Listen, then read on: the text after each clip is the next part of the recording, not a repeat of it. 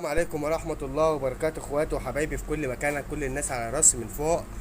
لحظة ولادة الأم يا جماعة، حبيت أفرجكم والأم بتولد وأوريكم اللحظة بتاعة ولادة الأم بتولد وبتعمل إيه ساعة الولادة جوا. طبعا هي منتفة زي ما انتوا شايفين حوالين منها اهوت يا جماعة، منتفة. وطبعا الأم بتولد أهو وولادها خارجين وراها. طبعا في الطبيعي الأم أما بتيجي تولد طبعا الابن بيبقى نازل بخلاصات، الام بتاكل خلاصات، دي ما فيهاش اي مشكله ولا ضرر على الام.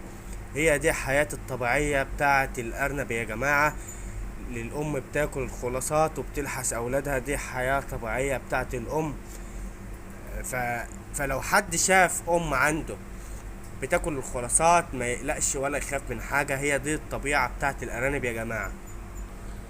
طبعا يا جماعه ما تنساش اخوكم في القلب، ما تنساش الاكسبلور ابطال الكواي، ابطال البث المباشر على كواي على دماغي من فوق. ما تنساش اخوكم في الدعم يا اخواتي، عايزين نوصل الفيديوهات بتاعتنا الكل يستفاد، سواء مربي سواء لسه هيفكر يربي يبقى عنده معلومات عن تربية الارانب في مصر.